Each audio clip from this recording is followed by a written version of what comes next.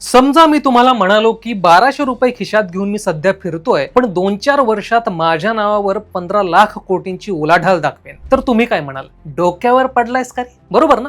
पण थांबा, देशातल्या एका लय मोठ्या सोन्याच्या व्यापारानं कागदावर नेमका हाच कारनामा करून दाखवलाय. 1200 रुपयांपासून बिझनेस सुरू करणारा माणूस थेट 15 लाख कोटींच्या घोटाळ्याच्या आरोपात अडकलाय. राजेश एक्सपोर्टचे मालक राजेश मेहता सध्या सेबीच्या रडारवर आलेत. आणि असा काय राडा झालाय की थेट LICचे पण धाबे दणाणलेत. तर गोष्ट सुरू होते 1980च्या दशकात. बँगलोरमध्ये राहणाऱ्या राजेश मेहता नावाच्या एका तरुणानं आपल्या भावाकडून अवघे 1200 रुपये उसने घेतले आणि काय केलं तर चांदीच्या दागिन्यांचा छोटासा धंदा सुरू केला. त्या काळात दागिन्यांचा बाजार असा काही शिस्तीत नव्हता, सगळा असंघटित कारभार होता. पण या मेहता भावांनी डोकं लावलं, नेटवर्क वाढवलं आणि बघता बघता थेट गुजरात मुंबई पर्यंत पाय पसरले. 1995 मध्ये कंपनीचा IPO आला, मार्केटमधून 10 कोटी उचलले आणि खरं यश मिळालं 2015 मध्ये. राजेश एक्सपोर्टनं थेट स्वित्झर्लंडची व्हॅलकाम्बी नावाची जगातील सगळ्यात मोठी सोन्याची रिफायनरी 400 दशलक्ष डॉलर्सचा विकत घेतली. कंपनीचा तर असा दावा आहे की जगातल्या एकूण सोन्यापैकी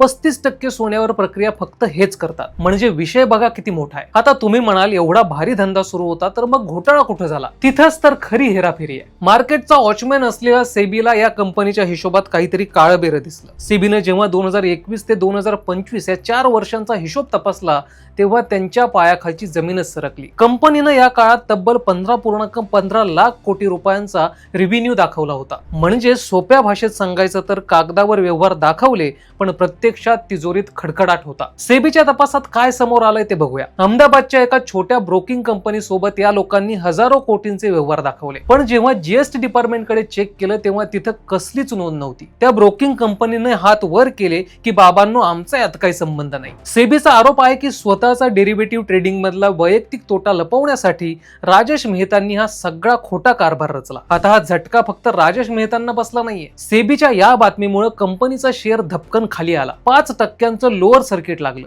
आणि सगळ्यात जास्त जीव कोणाचा टांगणी लागलाय तर आपल्या लाडक्या LICचा. कारण या राजेश एक्सपोर्ट्स कंपनीत LICची तब्बल 10.80% हिस्सेदारी आहे. म्हणजे सामान्य माणसाच्या पैशावर पुन्हा एकदा चिंतेचे ढग जमा झाले. अर्थात एवढा मोठा आरोप झाल्यावर राजेश मेहता गप्प बसणार होते का? त्यांनी सेबीचे सगळे आरोप फेटाळले. त्यांचा दावा आहे की आमचा हिशोब एकदम चोख आहे. सेबीच्या अधिकाऱ्यांचा महसूल आणि नफा समजून घेण्यात काहीतरी गल्लत झालीय. आम्ही पूर्ण सहकार्य करू. सेबीनं सध्या तरी राजेश मेहतांना मार्केटमध्ये शेअर्सची खरेदी विक्री करायला बंदी घातली आहे आणि कंपनीच्या खात्याचं फॉरेन्सिक ऑडिट करण्याचे आदेश दिले. तुम्हाला काय वाटतं?